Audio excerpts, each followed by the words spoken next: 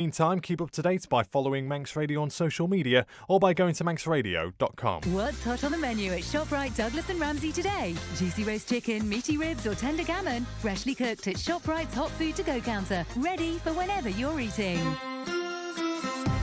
Manx Radio weather with Manx Glass and Glazing. Goromaya, thank you, Lewis. From the Ronalds Way Met Office, the Irish Sea weather indicates some strong winds out in the North Irish Sea for the next 12 hours. On the island today, dry with sunny spells, a little bit of high cloud and an increasing northeasterly wind. Daytime maximum 15 degrees. It'll be dry after dark, the overnight minimum 10 degrees. And Jasan for Saturday morning, well, the bad news starts. A wet morning and afternoon and a fresh to strong wind coming in from the north. 12 degrees top temperature. Showers through the night into Sunday, 9 degrees. Jaduni, sporadic showers with bright intervals and light winds. Top temperature 13 on Sunday. High water at 12 minutes to 1 this afternoon. Sunset 9 minutes to 7. Low water 4 minutes to 7 tonight. High water 11 minutes to 1 a.m. and sunrise for Saturday morning, 25 past 7. And 12 weeks today, by the way, it's Christmas Day. The team at Manx Glass and Glazing are available for email inquiries. Contact them on inquiries@manxglass.com. For home appliances, it has to be Waltons. Samsung and Hotpoint ranges in stock, and we deliver. Visit waltons.im. That's waltons.im. Or call 611 711. Friars Fish and Chips Village Walk Concan, open Monday to Sunday for collection or delivery. View opening times and menu with everything from gluten-free fish and chips to our new Southern Fried Chicken range. Order online at friersfishandchips.co.uk. Cannell's Agricultural Supplies have been serving the good folk of the north for over 27 years, supplying homegrown wheats, whole and rolled oats, working clothing, fencing, animal feeds, parts, tools and emergency supplies. Call Julia on 880-206 or find Cannell's on Facebook. Your business can grow its market share 4 times faster when you use the radio. Be heard by nearly 49,000 islanders over 13 weeks. Call us on 682 600. Manx Radio is proud to support Manx businesses and communities. The Mannin Line. Daily interaction, debate and exchange of ideas. Broadcast on Manx Radio. Andy Wind, the nation station, Manx Radio.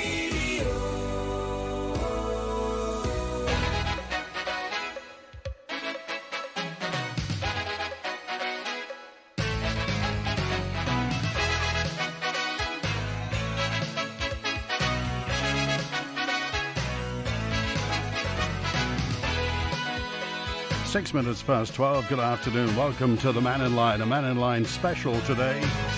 Treasury Minister Alfred Cannan's with us live till 1. You can get in touch by calling 66 13 68. Email studio@manxradio.com or text 166 177. We've had 13,163 tests for COVID-19. 13,133 have been concluded. 30 people awaiting results of a test and 74 people awaiting a test.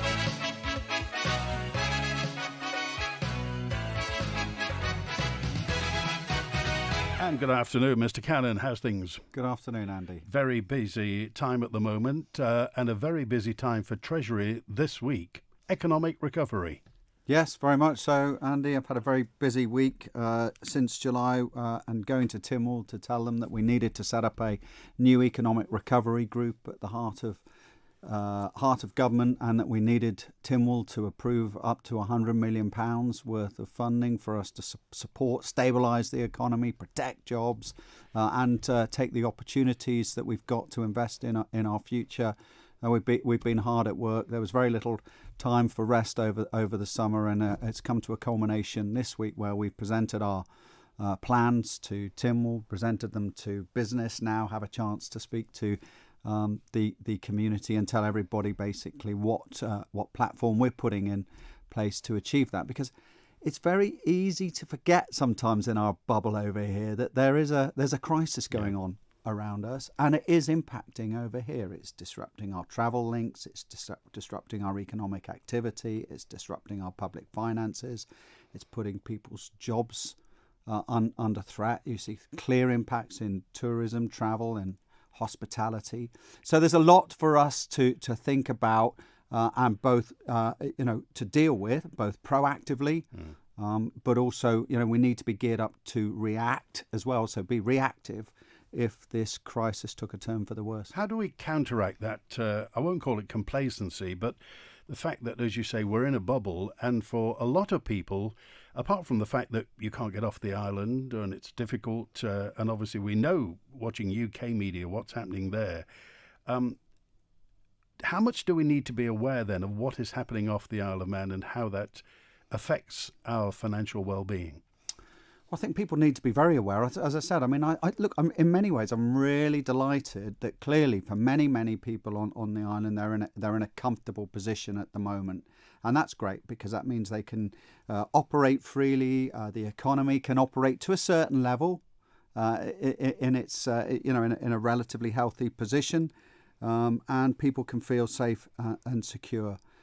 The issues, though, we can't just let go and assume that we can just stay like this forever. We've got to be very aware of what's going on around us. I've got to be extremely aware of what's happening more broadly internationally. I've got to be very aware of what impacts that's having on our local businesses. And through this, Andy, government and the leadership and indeed the community has to try and work out how we are going to deal with this in the longer term. And these are the big issues that are facing us, but they all have a direct impact on the economy and on public finances. So really, it is, I think, for everybody needs to be very aware on what's happening, not just on the island, but also further afield, and what impact that might have on us, on our lives. And how are public finances? Look, they're strong. We came into this crisis in a very good position. We set out a very firm, strong economic plan for public finances. There are issues there, as you know, particularly around the sort of deficit that we've been carrying with the public sector pension problem. But broadly speaking, they're strong, and we've got good reserves. And we have spent significant sums since this crisis began, supporting people, supporting jobs, getting money out into the community and putting in indirect support in terms of working up schemes that can be put out to businesses, help with their cash flow through the bank. So there's been a raft of things that we've done. Almost coming up to £100 million of direct support has gone in. Now, that's a fairly substantial sum up until this point, or certainly we'll have reached it by Christmas. But I'm relatively comfortable with the fact that we can afford that. We're on top of that. We know what we're doing. Where the issues lie, the bigger impacts are going to be as we move in towards the budget in February, and certainly beyond that, is the income streams that we're getting, what impacts COVID has had in terms of business turnover, in terms of employment, and how that's reflected in both government income, direct income from taxation, also the VAT side, and also some indirect income that we receive as well. So that's going to be where I think the bigger impact is going to be felt for the island. But we shouldn't be too concerned about public finances in terms of their ability to withstand this through until next year. We've got strong plans in place. But like everything else, ultimately there is going to have to be a time when we reflect on the cost of this, what we're left with in terms of how well the economy's held up, and then how quickly we can recover back to that position we were one by one. previously. Then you talked about unemployment, and I think you mentioned earlier on this week that there's a trigger point which something's going to have to be done about unemployment. Are you, obviously we're not happy about where it is, but are you happy with the trajectory, the way it's going? I think I'm encouraged, Andy. We did a lot of work, or we tried to do a lot of work back in June as best we could to understand what we were likely to be facing through the autumn and into the winter. And a lot of the feedback was fairly concerning for us in terms of the numbers that might have been unemployed. And of course, immediately when you hear that potentially substantial amounts of people from an island this size, possibly running into thousands, might be unemployed, then you act.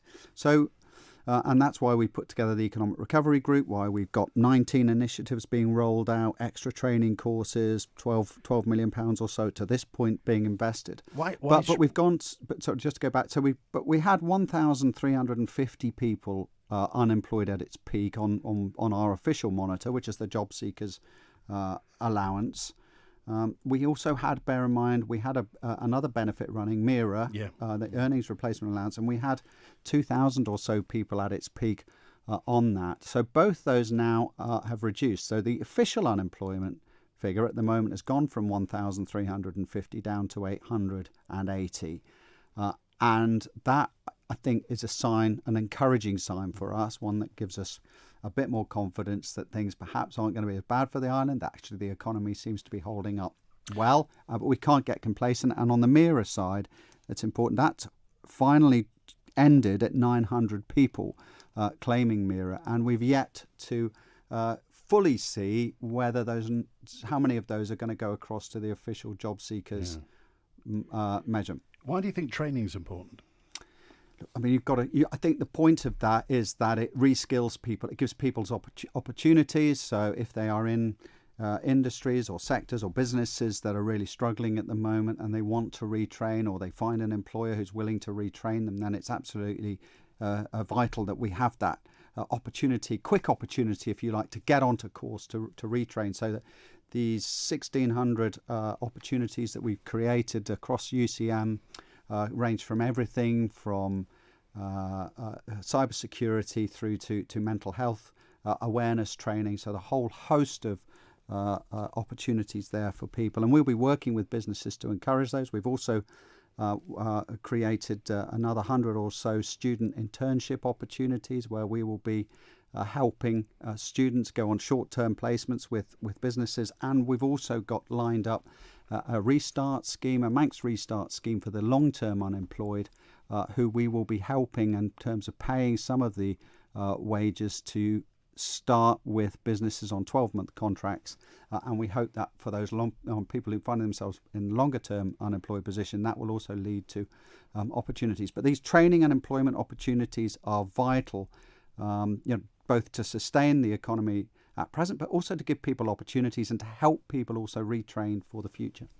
Alfred Cannan, MHK, with us. The Treasury Minister's on the Mannin line today. You can call, lots of reactions so far on the texts and emails as well. If you want to speak to the Treasury Minister, call 66 13 68. The economic recovery plan as it is at the moment, at the back of all this, Mr. Cannan, of course, is nobody quite knows when this is going to end. Are these collegiate decisions made within COMIN? Does the Treasury decide what's what? Do you have lots of different scenarios that you're planning for? How does that work? Yeah, so we are working incredibly closely with Department for Enterprise. So Treasury and Department for Enterprise are clearly very focused on the economy, and you can understand why that is. The importance we've attached to this is this Economic Recovery Group, which I chair, with Lawrence Skelly as vice chair. We've got Bill Shimmons, Laurie Hooper, Ray Harmer on that, and a number of diverse officers from across government who are leading various work streams, and that reports directly into the Council of Ministers. So it does carry the weight of the Council of Ministers, and clearly it's obviously very important that Tynwald are engaged as well. So we are trying to be and provide everybody with as much communication around what we're doing. In fact, it's on the website now. You can find on the government website, you can find open data about economic performance and open data about economic recovery and what we're actually doing to support that.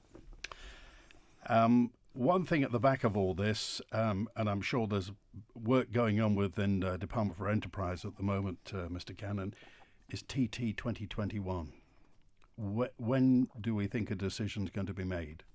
Well, a decision will have to be made sooner rather than later, Andy. I'll say that. And, Councilman, I don't think the Chief Minister's already made it clear, as is the Minister for Enterprise, that we are looking at this matter very, very closely. And we will obviously see how things go in the next few weeks and months in terms of what is happening across the water. But part of the government's responsibilities now is to try and work out how we move forward from this on the basis that it is looking increasingly likely that this virus is going to be with us for some considerable time to come, even if a vaccine miraculously appears before Christmas or even after Christmas. Even if treatments do improve. So we have to work out how best to take things forward for everybody, because there comes a point where, living in a bubble, it works to a point, but if we have to live with the virus in the long term and it's going to circulate in the community, then more decisions are going to have to be made about how the island will operate in that type of scenario. And that's what we've got to do. I've said to a lot of people, I think from a psychological perspective, we need to be prepared to knuckle down now pretty much for the winter and through to the spring. That will see us through the worst ravages of whatever's happening, particularly in the UK, over the winter period. It will also give us a chance, I think, to consider more carefully what we need to do to solve problems like families moving more freely, and we've got thousands of people here on the island, living on an island, who need to see direct family for a whole host of reasons. And then alongside that, you've also got the economic pressures, because business does need to move in some form and have that ability. You can only survive on the sort of electronic computers to a point, and obviously you've got a necessity for supply chains, investors, inward investment, etc. So a whole host of reasons, and we need to carefully consider that and try and work out how to move to the best position possible on the basis that I think that COVID and the virus is going to be with us and living in the community now for some considerable time to come. Do you think TT next year is going to happen? Well, as I said, that is a matter, as everybody recognises, that is getting careful consideration. I know that everybody wants it, don't they? Everybody would like it to happen. It plays a significant role for many businesses. It's definitely a key part of the tourist offering on this island. It's a key part of the economic success of the island. And it is getting very, very close consideration with Lawrence Skelly and the Department for Enterprise, and I know they're working up their plans and options. I expect in due course, Council will look at this very carefly, and doubtless the Chief Minister and Mr. Skelly will be bringing forward whatever decisions are made at some point in the next few months.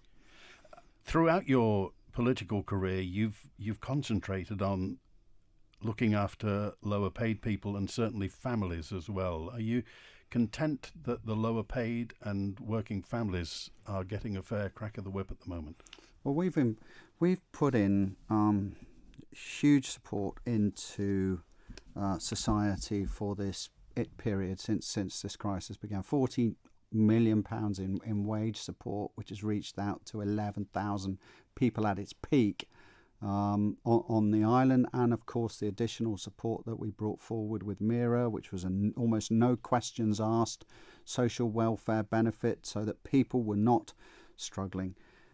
And Andy, there's a huge amount probably still to do. I thought and feel that we've made quite significant progress in the last 4 years by doing things like raising the personal tax allowance significantly to give money back in people's pockets. I know that was something you personally believed in, didn't you? Well, because I think that the more opportunity there is, particularly in the sort of lower income brackets with money in their pocket, it broadly helps both their standards of living, but has wider benefits in society as well. The focus for us now is protecting jobs and stabilising the economy. That is the very, very best thing that we can do. I think the other factors about low pay and what people are getting in income levels is very, very important, but the absolute primary purpose must be to protect jobs and stabilise the economy, because that will give everybody the platform they need to dig back into these sorts of issues in the future. But I think the progress we've made in the last 4 years will enable us to carry us through really focusing, getting our priorities right about the critical issues that have to be solved at the moment. Alfred Cannan, MHK, is with us. We're on the Mannin line today. Of course, member of the House of Keys for Eyre and Michael, but also our Treasury Minister and the man who stared at the whole situation that we're in at the moment from the financial side earlier on this year. We're with Mr. Cannan through till 1 today. We'll come to some of your messages in just a few moments. And you can call 66 13 68. Email studio@manxradio.com. Manx Radio. Oh, Jeffrey, what a difference having these large sliding doors onto the garden. Yes, the women used to just huddle in the kitchen while the men supervised the barbie. Now we can all mingle. Spectrum windows have really made our home much more sociable. And look, Ewan's getting on well with Annie. I've been trying to get them talking for ages. Now they are, thanks to Spectrum windows. Trouble is, he's burning the bloomin' burgers, though. Bring the outside in with spectacular sliding and bifold doors from Spectrum Windows. Visit the showroom, Derby Road, Ramsey, or call 817777. With so much uncertainty, making travel arrangements has been difficult recently. The Isle of Man Steam Packet Company understand this and have introduced the Book with Confidence commitment to provide greater flexibility and peace of mind. Our Book with Confidence commitment means amendment fees will be waived if your plans have to change due to COVID-19 government-imposed travel restrictions. We'll even give you a full refund should your booking with us be cancelled. Visit steam-packet.com for details and full terms and conditions. Excited about starting your new business but feel daunted by accounts, tax and VAT? Then talk to Nicola Bowker & Co. before you do anything else. From expert advice to getting a helping hand, Nicola Bowker & Co. can help and guide you. Call 861 271. For quality residential care in a beautiful setting, take a look at Craven Court Nursing Home in Ramsey. Celebrating their first anniversary, Craven Court provides first-class, individually tailored care, delivered with dignity and respect by fully trained, dedicated professionals who help residents to maintain independence and quality of life in a truly beautiful environment. For more information or to arrange a viewing of the newly refurbished Craven Court Nursing Home, call 610-121 today. Isle of Man Railways. Tickets are now available for this season's range of onboard dining events, featuring old favourites including the legendary Pie and Mash Train, the Curry Club and many more. Or take your taste buds on a trip to remember with our fabulous Dining Cars of the World and Steam theme events. To find out what's cooking on the dining car and to book, call 697 457 or visit rail.im. Isle of Man Railways. Most worthwhile things in life need care right from the start. At Moore Stevens Business Sense, we know that from experience. We've coached 150 startup businesses. Our suite of services supports the very personal needs of those courageous individuals who set out in businesses of their own. Yes, we're part of Moore Global, operating in more than 110 countries, but we understand that big or small, business requires the personal touch.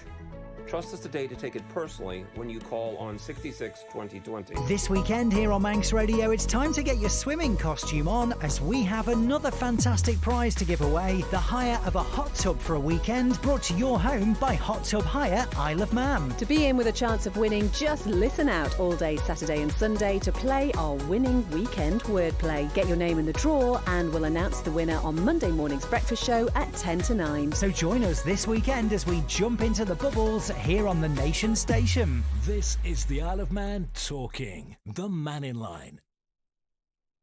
Alfred Cannan, MHK, is with us today on the Mannin line. A question in regarding the airport, Mr. Cannan. It was it said that you had a company that was creating an arm's length governing body for Ronaldsway. Where's that going at the moment? Yes, we did. We have got a project ongoing at the moment. We were looking at, I suppose this all came out of the SAVE initiative that we started at the very beginning of this term of the administration. We had reached a determination that we should bring forward a corporatised system for the airport, put a board in there and look to maximise the opportunities, but perhaps hopefully look to create some efficiencies in terms of how the airport was being run.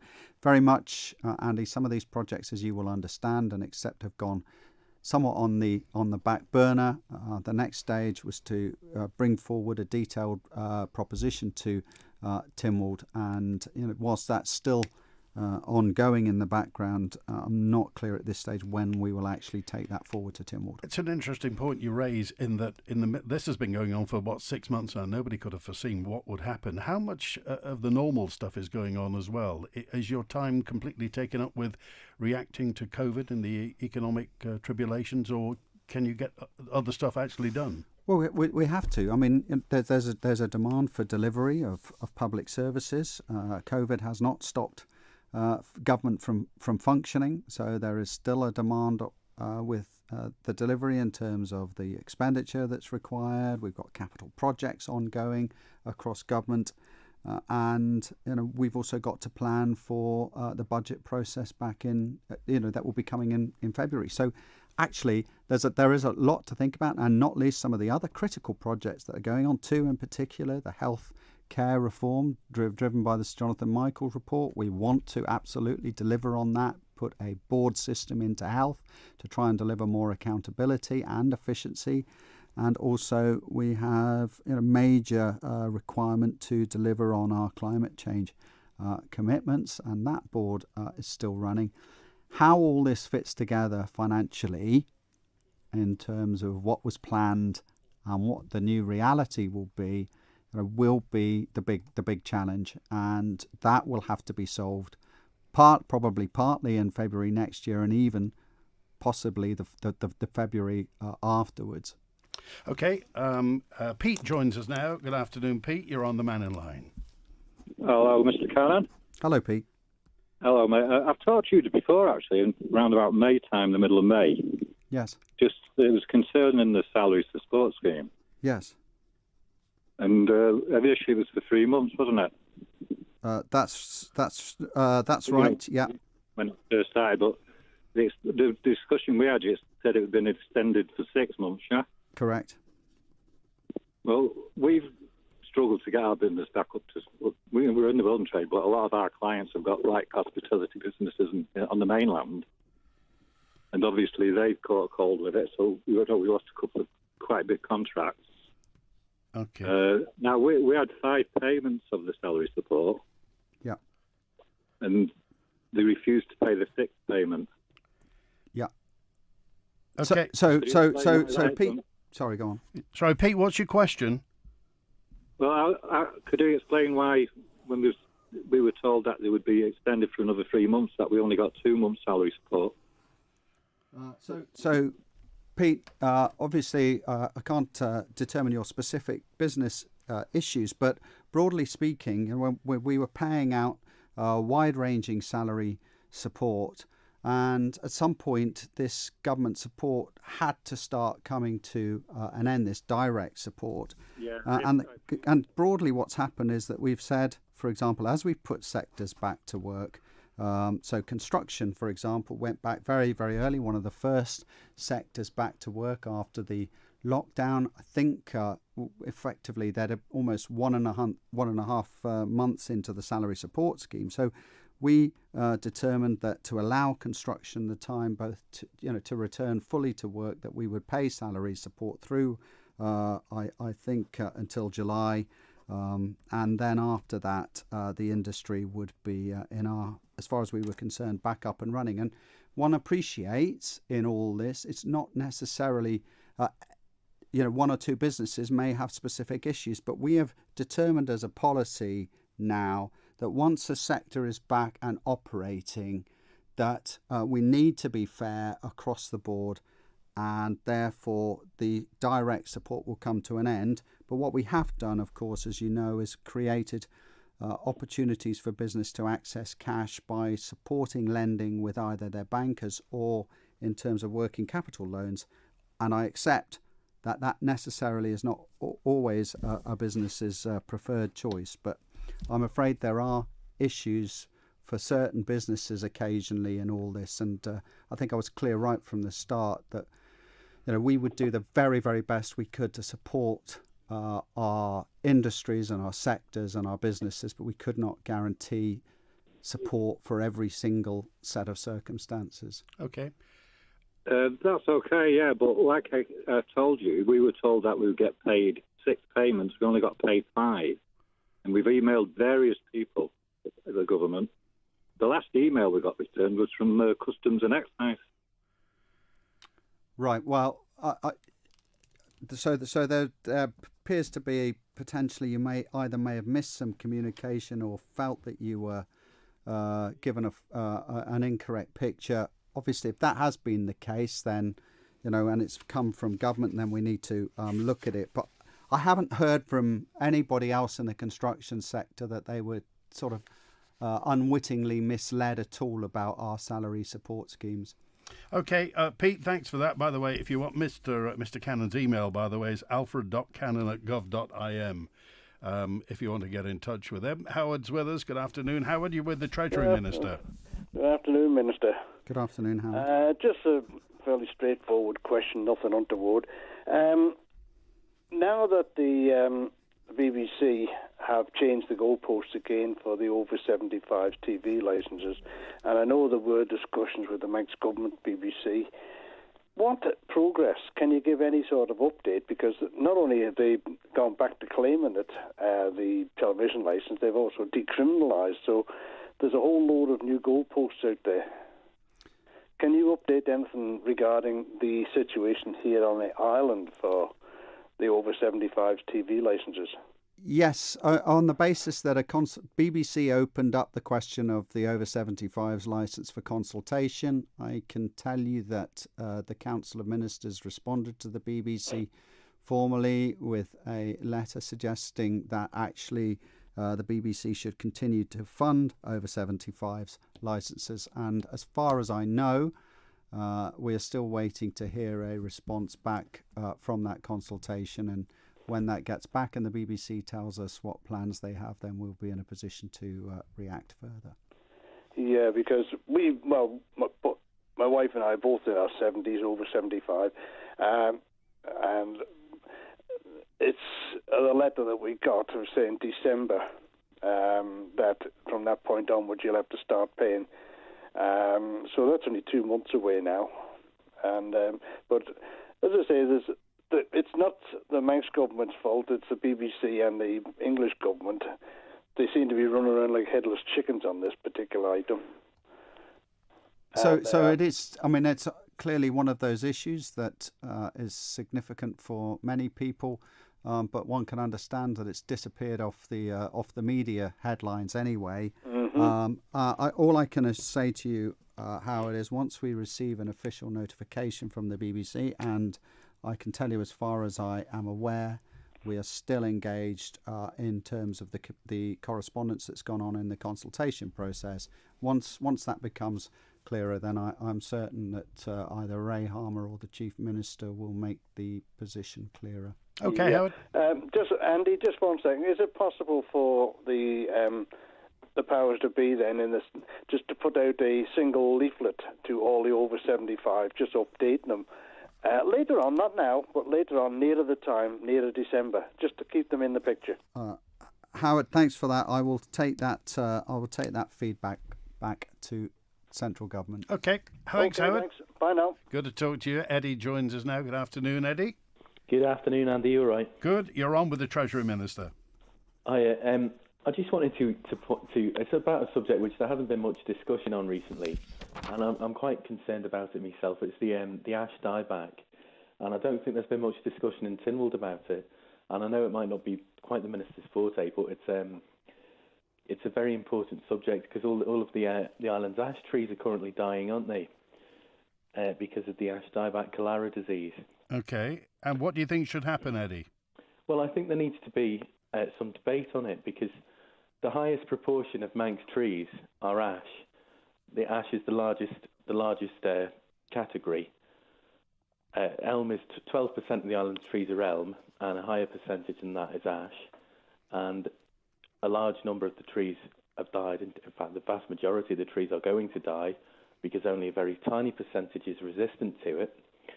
And I think there needs to be some discussion on as to what they're going to do about it, whether they're going to cut them down. They need to cut them down because they're rotting along the roadways, and in the Isle of Man, in many parts of the Isle of Man, the ash trees line the roads for quite a long way.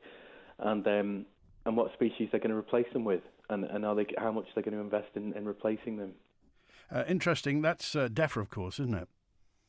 Yeah, so, Eddie, I mean, I'm well aware of the ash dieback problem, but I'm not aware at the moment on the levels and solutions that are being specifically delivered on the island. But it is an important issue. And we definitely need to be aware of it. Thanks, Eddie. That's interesting. It just led to me an almost economic parallel as well, in that whereas trees dying is not going to affect anybody today, but it will do in the future. You've talked many times about hospitality infrastructure and the fact that if we follow me on this, a parallel from trees to hospitality. And we've talked in the past about hospitality not being an enormous part of GDP on the Isle of Man, but it's really important to how we live our lives. And back when this started, I remember you being in that very chair saying we must maintain hospitality infrastructure for the future. So thanks, Eddie. We're going to make a leap to hospitality infrastructure and how we keep hotels, guest houses, B&Bs, how we keep those intact for when we come through this and we start accepting tourism back on the Isle of Man. How do we keep those people in business? Well, we've two schemes that are still applying. We launched a strategic capacity scheme for our hotels and accommodation sector right back in March. That basically paid out a small room rate for each room, depending, and a different rate depending whether you're 4-star, 3-star, 2-star. We earlier this week announced that strategic capacity scheme would continue throughout the winter till the 31st of March, and that will help maintain the infrastructure. And there is also some limited salary support still available in that particular sector to help retain key people. Because the point of this, Andy, is that once all this is over and we've dusted ourselves down and we're back onto recovery, it would be so much more difficult for us if we'd simply stood back and done nothing and let businesses and hotels and people's jobs go to the wall.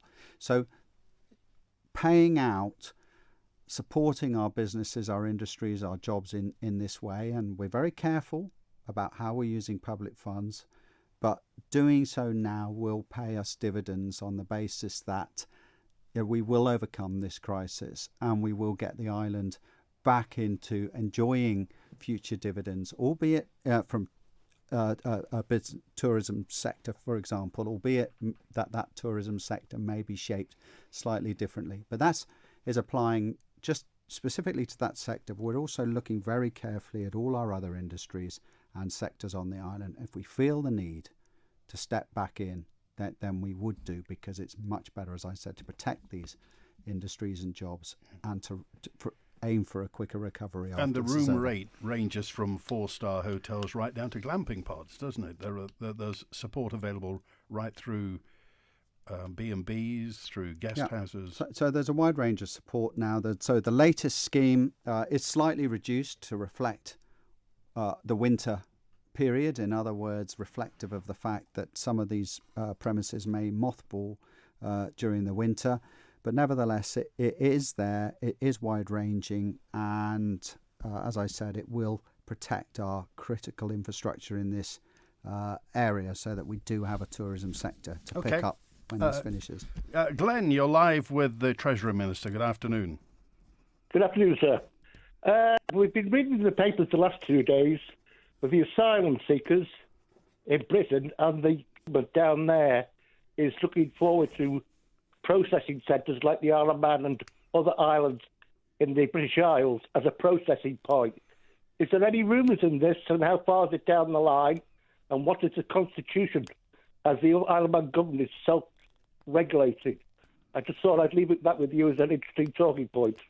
Yes, thanks, Glenn. I saw that story in the press along with others. I can tell you, as far as we're concerned, there's absolutely no truth in that. Very Daily Mail, isn't it? Whatsoever, and unsure as to where that actually came from in terms of the link with the Isle of Man. I just think some journalists got hold of a map and looked at islands, didn't they, just to see what was what. So categorically no truth in that? Categorically. Okay. John is with us now. Good afternoon, John. You're with the Treasury Minister. Oh, hello. How do you do? Hi, John. What it is I'm just wondering, the state of the roads at this moment in time in the 20th century here, we're paying me and my wife here are paying huge road taxes to go on the road here, and lots of other people. So many different taxes, from 30 to 0 to £600. Now, the state of the roads, there's many a farm road is much superior than the high roads to drive on. Which particular roads, John? Oh, you don't have to go very far to see some awful roads about. I mean, we landed in a big pothole not long ago at Christmas, and we're still waiting for the government insurance to sort it out, and they're taking that long to not even wanting to bother doing anything like so. I know that it seems like they're washing their hands of that, but to actually the roads, we should be booking mileage. Never mind, I used to work on the roads many years ago, and the roads in a mighty state, and I'm able to book mileage.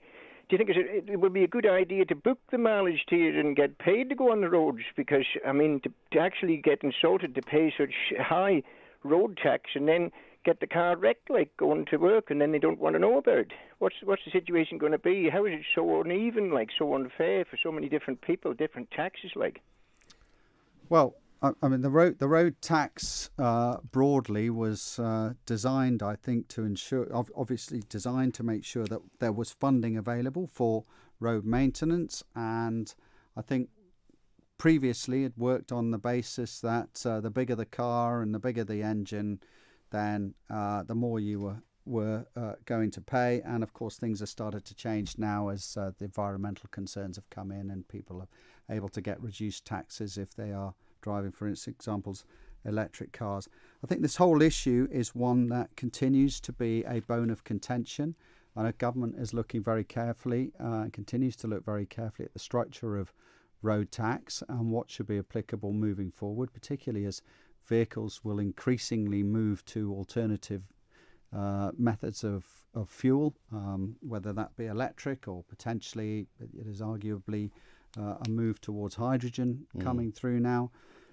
And from that, we will still need to determine what is a fair and reasonable amount. It's a question of value for money, though, isn't it? I mean, well, it is, Andy. And Manx roads used to be like billiard tables, didn't they? The Department of Infrastructure, have obviously thousands of miles of roads on the island to look after, but really need to be ensuring that they do roll out structured plan.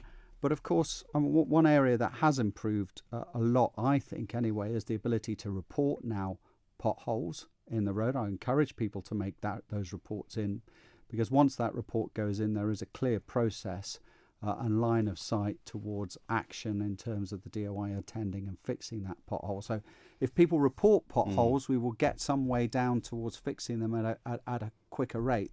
But it's an ongoing bone of contention in terms of how much resurfacing is being done and repairs are being done on some of our But all the money will come through your department. You'll obviously allocate money to infrastructure for that to happen. Do you ever assess value for money, or do you just get reports back from people? I mean, it's a basic thing, I know, and it's in light of COVID, you could say it's not terribly important, but it's morale building, isn't it? Having good roads. Well, certainly all the departments are audited to ensure that they are spending the money on what they are telling us they actually should. They're spending the money on, and I don't know when the last full assessment of our road programme took place, but it is something I think that needs to happen in the near future, and probably is something that we should be picking up in the next year. Okay, talking of value for money as well,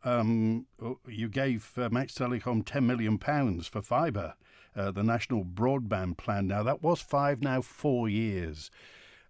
Can that happen in 4 years? Yeah, so we've actually given them an extra £1.4 million on top of their original allocation now, Andy. This is partly through the Economic Recovery Group and is designed to speed up the delivery of high-speed fibre across the island as part of our vision for a future digital island. There were three key themes that came through when we commenced this recovery process. It was digital, a green island and a safe island, and as part of that drive now to ensure that we are as well connected as we can be for the modern age, then we have given more money to get more people out to roll this fibre across the community.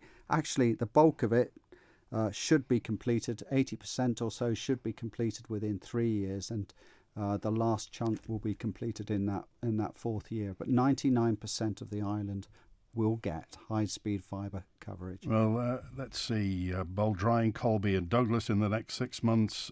Glen Alden, Sulby, Derby Haven and Balkilferrick underway. Gansey's online. How's Aaron Michael for fibre at the moment? Well, it needs to be done. It's not on the immediate schedule, but it will happen in the next 18 months. Treasury Minister Alfred Cannan with us today. You're on the Mannin line. Any thoughts you want to say? Any questions for the Treasury Minister? Got lots of comment on the text and email to get to next. Manx Radio. Isle of Man Government is looking for enthusiastic people interested in becoming members of the Citizens Forum on Climate Change. It's a unique opportunity for Isle of Man residents with views for or against climate action to be involved in the island response to climate change. For more information, visit gov.im/citizensforum or call 207 011. The deadline for applications is the 11th of October. Help shape the island's future. Find out more now. Don't miss this amazing new boiler offer from Manx Gas. Replace your old boiler with a brand new boiler with smartphone control that keeps you in control of your home heating wherever you are, all for just £30 per month with 5 years interest-free credit. For comfort and smartphone control, get a brand new boiler now from Manx Gas. Call 644 444 for details or visit manxgas.com. Terms and conditions apply. Entrust, secure, develop. These are the cornerstones of Harding Lewis, because as an experienced firm of chartered accountants, their service is of the highest standard. Nothing is too much trouble, and they will endeavour to do whatever it takes to achieve your goals, starting with a free meeting and a cup of coffee. Harding Lewis will look after you and your business as if it were their own. Come see why our clients see us as more than just accountants, and visit hardinglewis.com today. See more, do more, together. When it comes to building and DIY supplies, shop where the professionals shop. Haldane Fisher for concrete blocks to roof trusses, timber to tiles, doors to panel pins, boilers to bathrooms, drainage to guttering, and everything in between. Get the job done with the right products from Haldane Fisher. Visit our stores in Douglas and Ramsey, or find us online on Facebook. Proud to be on island. Feel right at home with Haldane Fisher. What to cook today? No time, no idea, or just don't want the hassle of making a cooked meal? Leave it to our hot food to go, prepared for you to take home by our chefs. Juicy roast chicken, meaty ribs, gammon, turkey drumsticks, tasty lasagna, and even cottage pie. Freshly cooked, ready to go whenever you're eating. Lunch, dinner or supper. Call in and see what's hot on the menu in ShopRite, Douglas and Ramsey today. ShopRite, proudly locally owned. Everything in the garden's rosy. Rover the dog's happy. They're happy. And him? Well, he's loving our new automatic gates from the Garage Door and Gate Automation Company. He's enjoying using them so much, he's doing all the shopping. So I'm happy too. For stylish automatic gates, barriers, shutters and doors, call the Garage Door and Gate Automation Company on 624 122 or visit manxgaragedoors.com. And guess what, Rover? The automated garage doors just arrived. The Mannin line. Daily interaction, debate and exchange of ideas. Broadcast on Manx Radio. Treasury Minister Alfred Cannan with us today. And at the end of all this, Mr. Cannan, when do you think people are going to put COVID-19 into context? When do you think people will be able to see? Because obviously it must be like a whirling maelstrom sometimes. We don't quite know what's happening. We don't quite know how it happened. We just know we have to obviously make a living and pay for stuff as we're going along. Well, that's a really interesting question, Andy. I mean, history will ultimately provide some answers or make some judgments about how this government, the Manx government, how governments around the world have reacted and acted in response to COVID and the various successes of that. And I think from an economic perspective, there's probably two categories of people: those who are very much involved at the moment. They're either business owners, business managers, or those who feel their jobs are under threat, and those who perhaps are somewhat sheltered, perhaps from some of the economic impacts, and probably as you say, are asking questions about, well, I don't really understand what the Treasury Minister's saying at the moment in terms of what this means for public finances, or what this means for investment in the future. And some of those questions will be answered for people at the budget process, when one would hope that I will be more definitive about what it means moving forward, and how we are going to cope, what sort of plans are going to be laid out. But again, Andy, I've said to you, even that for the next budget will possibly not provide the type of answers that you might get to that question. And I suspect actually it will be February 2022 before the island is able to take real stock of what's actually gone on, how successful the reaction has been, what we've been left with in terms of our economic position, and obviously one would expect them to set out a firm plan for the future. So how do you clarify to the people who live on the island where there isn't any COVID, where life for some people just goes on as normal, how do you clarify to them that there is something big going on? I mean, would you class this as a crisis in financial terms? Are we in the middle of a crisis?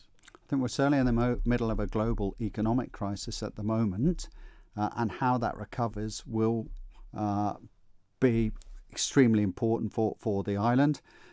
There's a number of schools of thought as to what we're likely to see. But the longer this goes on now, the more countries struggle to deal with it, struggle to get it under control, and more impact that they put on society in terms of the necessity or need to restrict activities, restrict economic activities, restrict social activities, then increasingly the crisis will grow, and I think recovery will get more and more difficult. And that's why I firmly believe supporting as many people as we can at the moment, supporting the relevant sectors under direct threat, and making sure that majority of businesses are able to access working capital, for example, is very important, and that we keep the core infrastructure in place to see us through into the next phase. Okay. A final question, and this comes in from Graham, just to say for Mr. Cannan, what happens? We don't have any COVID on the Isle of Man in the community. What happens if we do get COVID? Is the government planning, and we have to then go into lockdown again? Is there a government plan for another wave of COVID on the Isle of Man? Yes, and that is freely available as what I would call open data. You can get that on the website. You can see the various levels. Gov.im. Yeah. The levels, that we have in terms of 1, 2, 3, 4, in terms of the impacts on the island for COVID a COVID outbreak. I think the critical thing is that when that comes, and I say when it comes, I mean I hope it doesn't come, but it's almost inevitable in some ways that it will, that we react calmly. We know a lot more about this disease, this virus now. Hopefully with everything we have in place, government's ready with track and trace, with a plan set out of the types of measures that we would take, that we will quickly get it under control. Thanks for being with us today. Andy, a pleasure as always. Good to talk to you. Alfred Cannan, MHK, our Treasury Minister, has been on the Mannin line today. Lots to think about, lots to talk about as well. And if you have any comment, you can email manninline@manxradio.com or call the answer phone on 682-631. Thanks to our studio producer today, Barry Redford. We're back open line Monday at 12 midday. WINT.